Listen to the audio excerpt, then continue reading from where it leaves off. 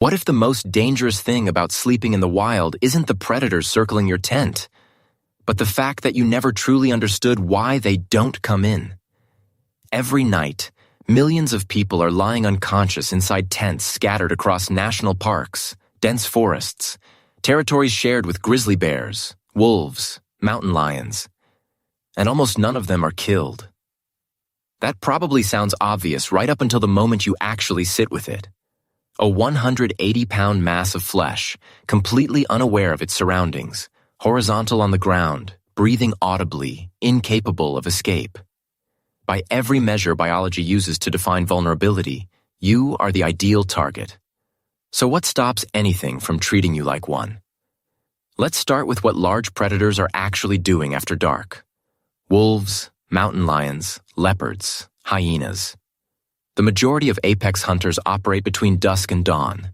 That's when they move, when they pursue, when hunger is sharpest and prey is being actively sought. And make no mistake, they are fully aware you're there. A grizzly bear can detect your scent from 20 miles away. Under the right atmospheric conditions, a wolf can register a heartbeat from over a mile out. A mountain lion could be positioned 30 feet from your tent right now, at this exact moment, and you'd have no idea. These animals aren't failing to notice you. They're making a deliberate choice to leave you alone. The real question is what drives that choice. Here's the thing about predators that I think people fundamentally misunderstand. They're not engineered for bravery.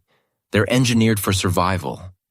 And in the wild, those two things are completely different. A wolf that takes unnecessary risks doesn't reproduce. A lion that charges something unfamiliar might not eat the next day. Every large predator alive right now descends from animals whose defining trait was caution. And to those animals, humans feel profoundly wrong. The movement isn't right. The smell isn't right. The sounds aren't right. A deer, upon sensing danger, goes rigid. A rabbit explodes into motion. Across the entire animal kingdom, prey species exhibit predictable, readable responses to threat. Responses that predators have spent millions of years of evolution learning to interpret. You exhibit none of them. You remain motionless for hours. Your breathing is slow and rhythmic. You make no attempt to flee. You emit heat, and you carry this layered cloud of completely unfamiliar chemical signals. Synthetic textiles, processed food, industrial compounds, residue from fire. For a predator encountering a human for the first time, nothing in that profile matches any stored category. And animals are instinctively deeply suspicious of things that fall outside known categories. This response actually has a name in animal behavior research: Neophobia, a fear of the unfamiliar, fear of the Most large predators carry it, and the reason is pretty straightforward. In the wild, unrecognized things are the most likely to be lethal. An unknown scent, an unrecognized shape in the dark, a sound with no known source. The adaptive response is avoidance. Humans trigger this acutely. We carry metal. We carry fire. We carry synthetic compounds with no natural equivalent. Even human perspiration is chemically distinct from that of other mammals, altered by diet, manufactured products, artificial environments. To a bear or a wolf, a sleeping human inside a tent doesn't read as food. It reads as an unsolved threat. And what reinforces that response is history.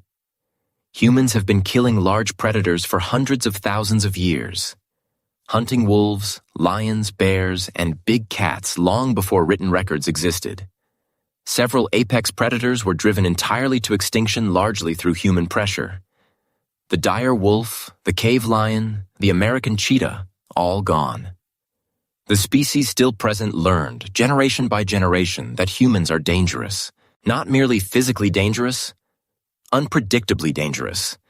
And that distinction matters enormously. A sleeping deer is still, categorically, a deer. A sleeping human could have a weapon within reach. Evidence of this learned response shows up across every continent, by the way. In regions where predator populations have maintained prolonged contact with humans, they give people wide clearance. In areas where animals have never encountered humans, Curiosity tends to replace caution. The fear is acquired through experience, not instinct. And most large predator populations have had thousands of years to acquire it. Now let's talk about the attacks that do occur. Because they do. Mountain lions strike hikers on trails. Bears maul campers. People get too close to wild animals and face consequences. But examine those incidents and a clear pattern emerges. Almost none happen while someone is sleeping. When they do, the circumstances almost always trace back to one of three things. Food association. A bear that has repeatedly connected campsites with accessible calories stops processing humans as a threat and starts treating them as a resource. This isn't predatory behavior. It's opportunistic behavior that erodes the learned fear response. The danger isn't that the bear grew bold. It's that the calculus changed. Desperation. A predator that is starving or physically impaired may override its instincts out of sheer necessity. The two lions responsible for killing dozens of railway workers in Tsavo, Kenya in 1898, stay with me because this detail is genuinely striking, were both found, upon necropsy, to have sustained severe dental damage that made pursuing their typical prey nearly impossible. Injury had forced the override. Surprise. A person who inadvertently corners an animal, stumbles across a female with cubs, or reaches into an occupied space gets attacked not as prey but as a perceived threat. The animal is defending, not hunting. Notice what's absent from that list. A predator that calmly and deliberately selected a sleeping, non-threatening human as a food source. That scenario is vanishingly rare, and when researchers examine the exceptional cases where it has occurred, there is almost always a documented breakdown in baseline conditions. Illness, injury, food conditioning, some other significant disruption. Oh, and there's one additional factor that rarely gets discussed. Wolves and other large social predators are acutely attuned to group dynamics. When observing other animals, they're continuously reading social structure, identifying dominance, locating vulnerability, mapping hierarchy. Researchers studying wolf behavior have recorded a consistent anomaly. When wolves encounter sleeping humans in the wild, they frequently circle at a distance without closing in. They watch. They appear to be trying to determine the social arrangement of what they're observing, and a sleeping human provides no useful data. No submission, no dominance signal, no body language of any kind. Just a calm, unresponsive entity that appears entirely indifferent to the wolf's presence. That ambiguity itself functions as a deterrent, which honestly is kind of fascinating when you think about it. Beneath all of this, there's something more fundamental going on. Human history is saturated with fear of darkness, fear of what inhabits wild spaces. We built fires, constructed walls, clustered together for protection. And for most of that history, the fear was completely rational. Early humans were genuinely outmatched, smaller, slower, far more exposed. But at some point, the relationship inverted. Humans became so numerous, so consistently lethal, and so thoroughly embedded across every continent that large predators adapted their behavior around us. Populations that failed to learn avoidance were eliminated. Populations that did learn it persisted. The wilderness that feels so hostile when you're lying horizontal in the dark is not viewing you the way you're viewing it. The wolf moving around your campfire perimeter is not calculating whether to attack. It's calculating whether you are something worth the risk of approaching. And in almost every instance, it concludes that you are not. The data supports this in terms that should genuinely be striking. The National Park Service documents every significant wildlife encounter across U.S. parks. Millions of people camp annually inside territories shared with bears and mountain lions. The number of fatal predator attacks on sleeping campers across the full recorded history of the national park system. Effectively zero. Statistically, a visitor is more likely to be struck by lightning within park boundaries than to be attacked by a predator during sleep. More likely, in fact, to sustain injury on the drive to the trailhead. The gap between perceived danger and actual danger is so wide it becomes difficult to accept until you account for everything that is actively working in your favor the moment you close your eyes.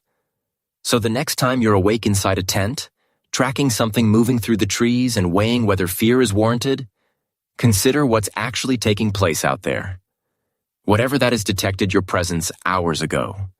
It registered your scent long before you settled in. It's been monitoring your breathing throughout. And it is maintaining distance, not because reaching you is beyond its capability, but because somewhere in the deep behavioral inheritance of every large predator still living on this planet, a lesson has been transmitted across thousands of generations. Humans are not prey. Humans are something else entirely. Sleep well. If this changed the way you think about the wilderness, even slightly, hit subscribe. There's a lot more where this came from. And if you've ever had a night in a tent where something was moving just outside, drop it in the comments. I genuinely want to hear it.